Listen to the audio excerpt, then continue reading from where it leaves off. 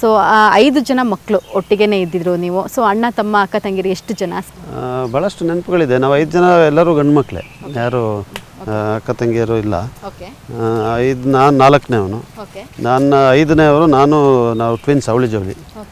So ಅದರಿಂದ ಈ ಪಾಂಡವರು ಇದ್ದಂಗೆ 5 ಜನ, ಕೊನೆಯಲ್ಲಿರೋರು ಇಬ್ಬರು ಅವಳಿ ಜವಳಿಯಾಗಿ ಹುಟ್ಟಿದ್ವಿ. ನಕುಲ ಸಹದೇವ ಥರ. ನೀವು ಯಾವತ್ತಾರು ಬೇಟೆಗೆ ಹೋಗಿದ್ದುಂಟ ಸಣ್ಣವರಿದ್ದಾಗ? ಸ್ಥಳೀಯರ ಜೊತೆ ಹೋಗಿದ್ದೀವಿ. ಹುಡುಗರಿದ್ದಾಗ ರಾತ್ರಿ ಹೋಗ್ತಾರಲ್ಲ, ಅದೊಂದು ಬಾರಿ ಒಂದು ರೋಮಾಂಚನ ಇರ್ತದೆ. ಆ ಥರ ಹೋಗಿರೋದಿದೆ. ಆದರೆ ಸಂಪೂರ್ಣವಾಗಿ ಬೇಟೆ ಚಟುವಟಿಕೆಗಳು ಮತ್ತು ವನ್ಯಜೀವಿಗಳ ಮೇಲೆ ಮಾಡುವಂಥದ್ದೇನಿದೆ ಅದನ್ನು ನಾನು ಈಗ ಸಂಪೂರ್ಣವಾಗಿ ತಿರಸ್ಕರಿಸ್ತೀನಿ. ಅದು ಮಾಡಬಾರ್ದು.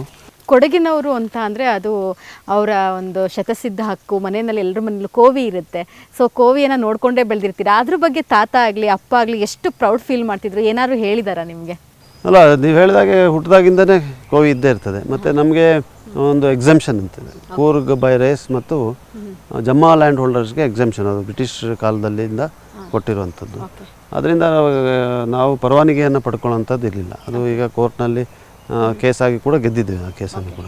ಅದರಿಂದ ನಾವು ಎಲ್ಲ ರೀತಿಯಾದಂಥ ಬಂದೂಕುಗಳು ಸಾಧಾರಣವಾಗಿ, ಮತ್ತು ಹುಟ್ಟಿದಾಗ ಗಾಳಿನಲ್ಲಿ ಗುಂಡು ಹೊಡಿತೀವಿ, ಯಾರ್ಯಾರು ಸತ್ತಾಗ ಗಾಳಿನಲ್ಲಿ ಗುಂಡು ಹೊಡಿತೀವಿ. ಅಂದರೆ ಅಂದಿನ ಕಾಲದಲ್ಲಿ ಇದು ಒಂದು ಸಂದೇಶ ಕೊಡುವಂಥದ್ದು, 2 ಗುಂಡು 1 ಗುಂಡು ಹೊಡೆಯುವಂಥದ್ದು, ಹುಟ್ಟಿದಾಗ ಸತ್ತಾಗ ಅಂತೇಳಿ.